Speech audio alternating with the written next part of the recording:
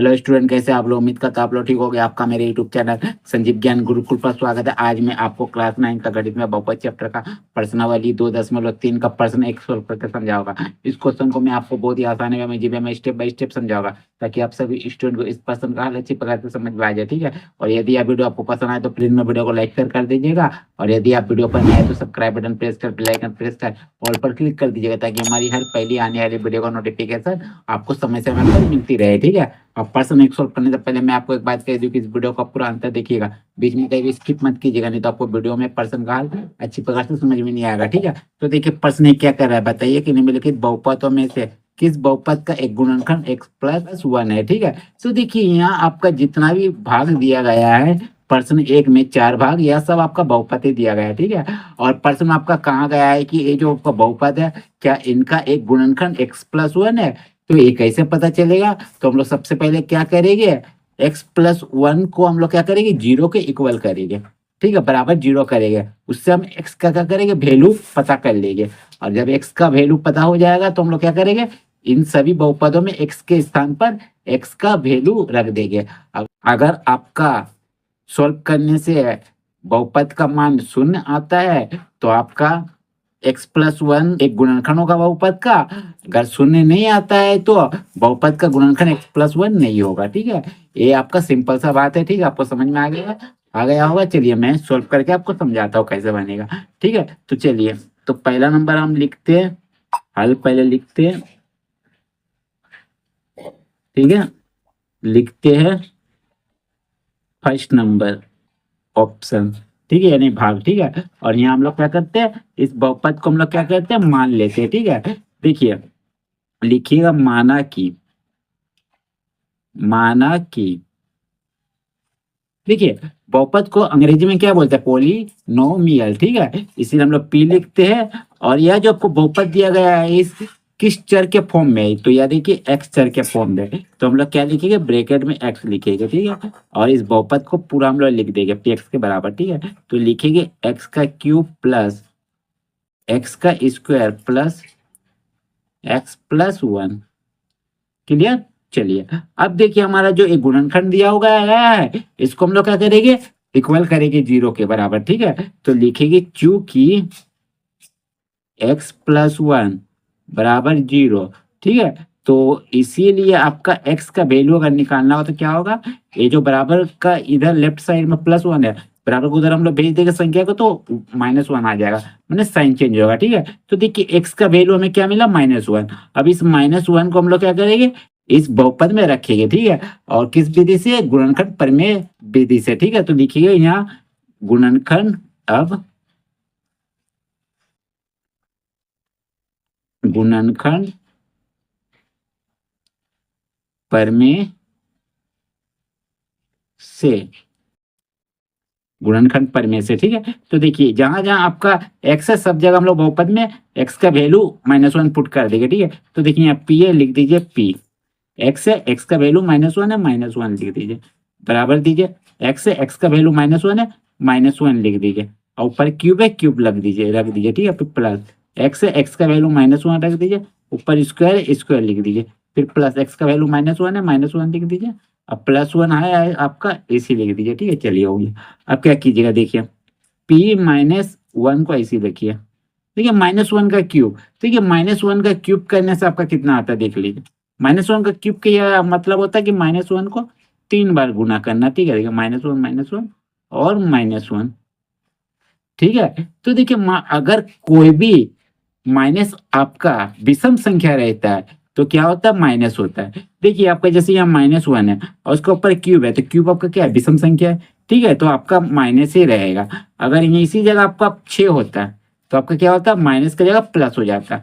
अगर -1 का क्यूब कीजिएगा, विषम संख्या है तो माइनस होगा, अगर माइनस संख्या का आपका क्यूब करना रहेगा, सम संख्या रहेगा तो प्लस होगा। ठीक है, तो जाहिर सी बात है, आपको माइनस लिख दिया, और एक का गुना कीजिएगा कितना बार भी तो एक ही आएगा, तो यानी आपका -1 आएगा। फिर प्लस, देखिए -1 का स्क्वायर करने बोला तो मानिए ये छोड़िए, हटा दीजिए, ये -1 तो देखिए माइनस माइनस प्लस, और एक एक एक, और स्क्वायर आपका क्या है, सम संख्या, इसीलिए प्लस हम लिखे। ठीक है, चलिए +- -1 अब +1। ठीक है, अब देखिए माइनस प्लस एक एक कैंसल, माइनस प्लस एक एक कैंसल, तो आपका p माइनस वन बराबर कितना आ गया, 0 आ गया। तो देखिए आपका जो आपका बहुपद है उसका मान कितना, ये 0 आ गया। तो हम लोग कह सकते हैं कि अतः अतः क्या लिखेंगे, x plus one P x का एक गुणनखंड है, गुणनखंड है। ये हो गया आपका आंसर। ठीक है, देखिए यहाँ पी एक्स का जगह बहुपद भी लिख सकते हैं, कोई दिक्कत नहीं है। हमने पी एक्स माना था, बोल पी एक्स का एक गुणनखंड है। ठीक है, पी एक्स माने ये जितना बहुपद है उसी का एक गुणनखंड एक्स प्लस वन है। पहला वाला तो सॉल्व हो गया क्योंकि 0 आया, गुणनखंड हो गया। ठीक है, अब सेकंड वाला को सॉल्व करेंगे। ऑप्शन को चलिए सेकंड वाला ऑप्शन लिखिए। तो हम लोग क्या करेंगे, पहले मान लेंगे, माना कि लिखिए, माना कि पी एक्स, एक्स के फॉर्म में देखिए सभी चर, ठीक है, इसीलिए पी एक्स लिखिए। और पूरा बहुपद को आप लिख दीजिए बराबर करके। तो एक्स का फोर, ठीक है, फिर एक्स का क्यूब, एक्स का square, plus x plus one. ठीक है, तो लिखिए एक्स का क्यूब, फिर प्लस एक्स का स्क्वायर, फिर प्लस एक्स प्लस वन। ठीक है, अब देखिए हमारा जो आपका क्या बोलता है गुणनखंड जो दिया एक्स प्लस वन, इसको बराबर 0 करेंगे। ठीक है, शून्य निकालेंगे इसका एक्स का वैल्यू, तो एक्स प्लस वन बराबर 0। तो इसीलिए एक्स बराबर क्या हो जाएगा, माइनस वन। ठीक है, एक्स का वैल्यू आ गया माइनस वन। अब लिखेंगे अब गुणनखंड,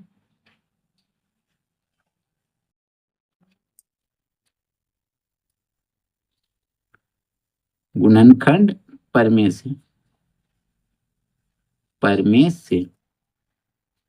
ठीक है, तो देखिए गुणनखंड परमेय से लिख दिया। अब जहाँ एक्स का वैल्यू है माइनस वन, अब जहाँ जहाँ एक्स है वहाँ आपका माइनस वन रख देना। ठीक है, तो पहले लिख देते पी एक्स है माइनस वन, फिर बराबर लिखिए एक्स है माइनस वन पर पावर फोर है फोर, फिर प्लस माइनस वन लिख दीजिए एक्स का जगह, क्यूब है क्यूब, फिर प्लस एक्स है माइनस वन, ऊपर स्क्वायर है स्क्वायर, फिर प्लस एक्स है माइनस वन और प्लस वन लिख दीजिए।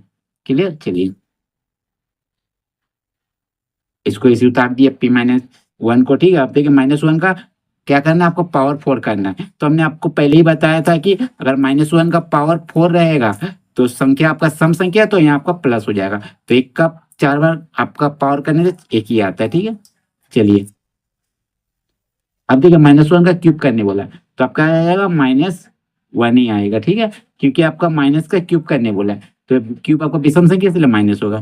फिर प्लस माइनस वन का स्क्वायर कीजिएगा, आपको कितना आ जाएगा, माइनस माइनस प्लस एक आएगा, फिर प्लस माइनस माइनस, अब प्लस वन। ठीक है, चलिए तीन माइनस वन को लिख दीजिए। अब देखिए बराबर वन लिखिए, प्लस माइनस माइनस, फिर प्लस माइनस माइनस वन, फिर प्लस वन, फिर माइनस वन, फिर प्लस वन लिख दीजिए। ए एक कट गया और ए एक कट गया, बचा प्लस वन। तो p माइनस वन बराबर आपका एक है। ठीक है, तो देखिए ये आपका एक आया, संख्या आया, जीरो तो आया नहीं, तो ये आपका क्या हो जाएगा, बहुपद का गुणनखंड नहीं है।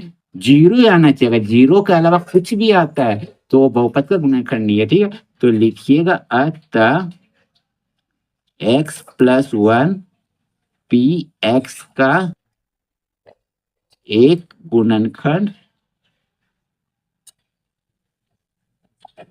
नहीं है। चलिए ये भी हमारा बन गया। ठीक है, अब ऑप्शन नंबर तीन। ठीक है, तो मान लेते हैं पहले, माना कि p, अब देखिए किसके फॉर्म में है, भाग तीन, तो देखिए x के फॉर्म में, तो लिख देते x चर। ठीक है, आप पूरा बहुपद को लिख दे क्या, एक्स का four plus three x cube plus three x square plus x plus one. ठीक है, चलिए लिख देते, तो लिखते एक्स का power four plus three x का स्क्वायर प्लस एक्स का क्यूब। ठीक है, फिर थ्री एक्स का स्क्वायर, फिर प्लस एक्स, फिर प्लस वन लिख दिया। ठीक है, अब चलिए अब इसका जो गुणनखंड था उसको हम लोग सॉल्व करते हैं। तो लिखते हैं गुणनखंड क्या था, एक्स प्लस वन, इसको इक्वल करते हैं जीरो के। ठीक है, तो लिखते हैं इसीलिए एक्स का वैल्यू आएगा कितना, बराबर एकदम प्लस वन है, बराबर उधर जाके माइनस वन आ गया। ठीक है, अब चलिए अब लिखेंगे अब गुणनखंड,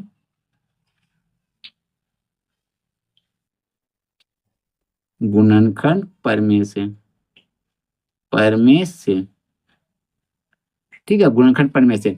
अब देखिए -1 है एक्स का मान, जहां जहां आपका एक्स है बहुपद में वो -1 रख देंगे, ठीक है। तो यहाँ लिखिए पी एक्स का मान -1 एक्स के जगह पे, -1 का 4 एक्स के जगह पे प्लस है, प्लस लिख दीजिए, 3 लिखिए।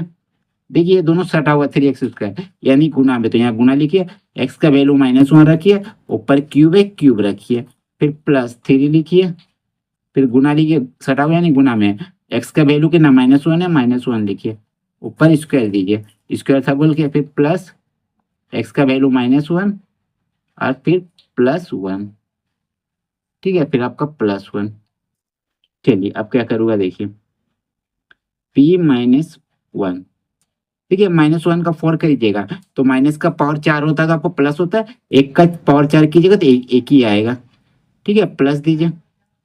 देखिए 3 है, 3 को ऐसे लिखिए, गुना लिखिए, माइनस का अगर क्यूब कीजिएगा तो आपका माइनस आएगा, और एक का क्यूब करने से एक ही आता है, फिर प्लस दीजिए, 3 लिखिए, माइनस का ऊपर स्क्वायर है तो -1 का स्क्वायर कीजिएगा तो एक ही आएगा, अब माइनस का स्क्वायर करने से वो प्लस आता है, ठीक है। चलिए प्लस माइनस -1 अब +1, ठीक है। चलिए अब क्या करूँगा देखिए, p-1 बराबर, देखिए 1 लिखिए, अब देखिए प्लस माइनस माइनस, 3 एक कम 3, ठीक है।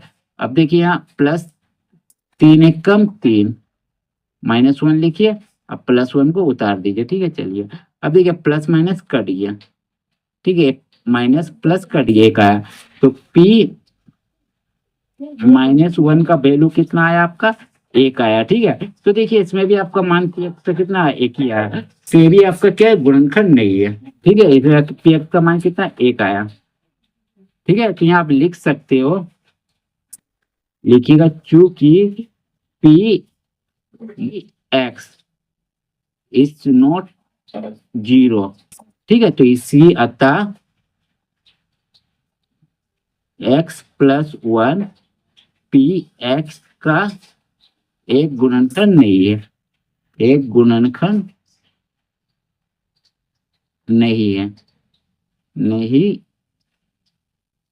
है, ठीक है। ये हो गया इसका आंसर, ठीक है। अब यहाँ भी ये वाला बात लिख दीजिएगा क्योंकि ये बराबर आया, बराबर 1 आया था ना, तो यहाँ भी शो कर दीजिएगा क्योंकि px इज नॉट इक्वल 0, ठीक है। तो आज लिखिए, चलिए चलिए तीसरा भाग तो मैंने बना लिया, अब देखिए चौथा भाग। चलिए अब मैं भाग नंबर आपका 4 सॉल्व करके समझाऊंगा, ठीक है। तो देखिए भाग नंबर 4 कहाँ है, देखिए भाग नंबर 4, ठीक है। तो भाग नंबर 4 मैं लिखता हूँ, ठीक है, तो लिखता हूँ चौथा नंबर आई भी, ठीक है। सबसे पहले मान लेते हैं, माना कि बहुपद मानी यानी p किस फॉर्म में आपका, चर x के फॉर्म में, तो x लिख दिया, ठीक है। अब पूरा बहुपद को उतार दीजिए, x का क्यूब माइनस एक्स स्क्वायर, फिर माइनस आपका 2 प्लस √2, फिर x, फिर प्लस √2, क्लियर। अब चलिए अब इसका गुणनखंड देखिए क्या है, x+1, अब इस +1 को हम लोग क्या करेंगे, 0 के लेवल में इक्वल करेंगे क्योंकि हमें x का मान फाइंड करना है, ठीक है। तो लिखिएगा इसीलिए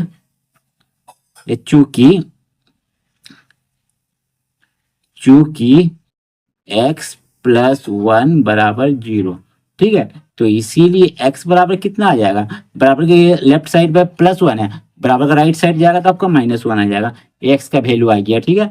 अब इस x के वैल्यू को हम लोग क्या करेंगे, इस बहुपद में रखेंगे जहां जहां x है, ठीक है। और रखने पर 0 माना जाता है तो आपका x+1 बहुपद का गुणनखंड है, अगर नहीं आता तो x+1 बहुपद का गुणनखंड नहीं है, ठीक है। तो लिखते हैं अब गुणनखंड परमेय से, गुणनखंड परमेय से, ठीक है, गुणनखंड परमेय से लिख दिया।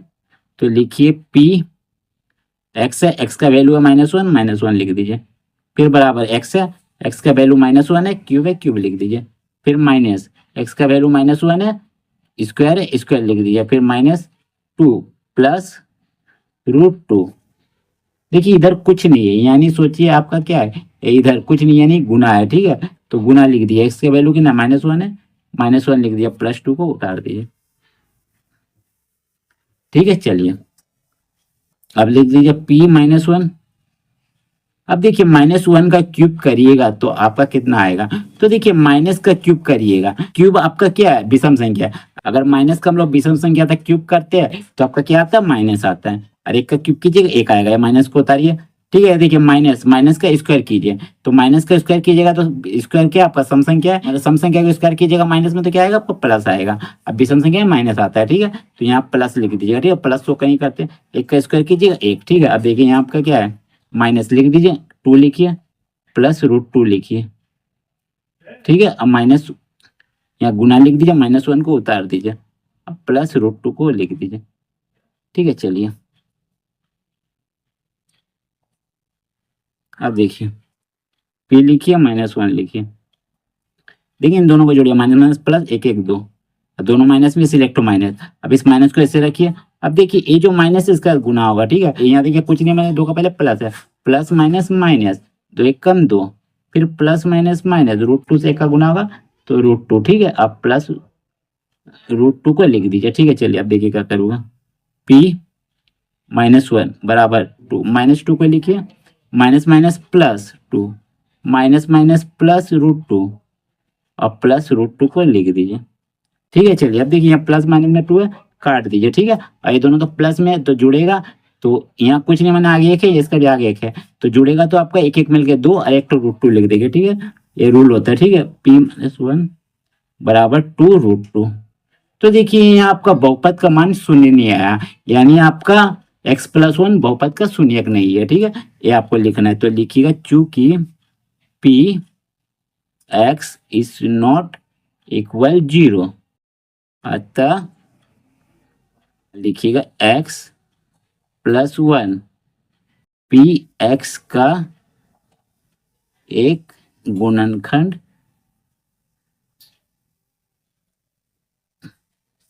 नहीं है, नहीं है। ठीक है, ये होगी आपका आंसर।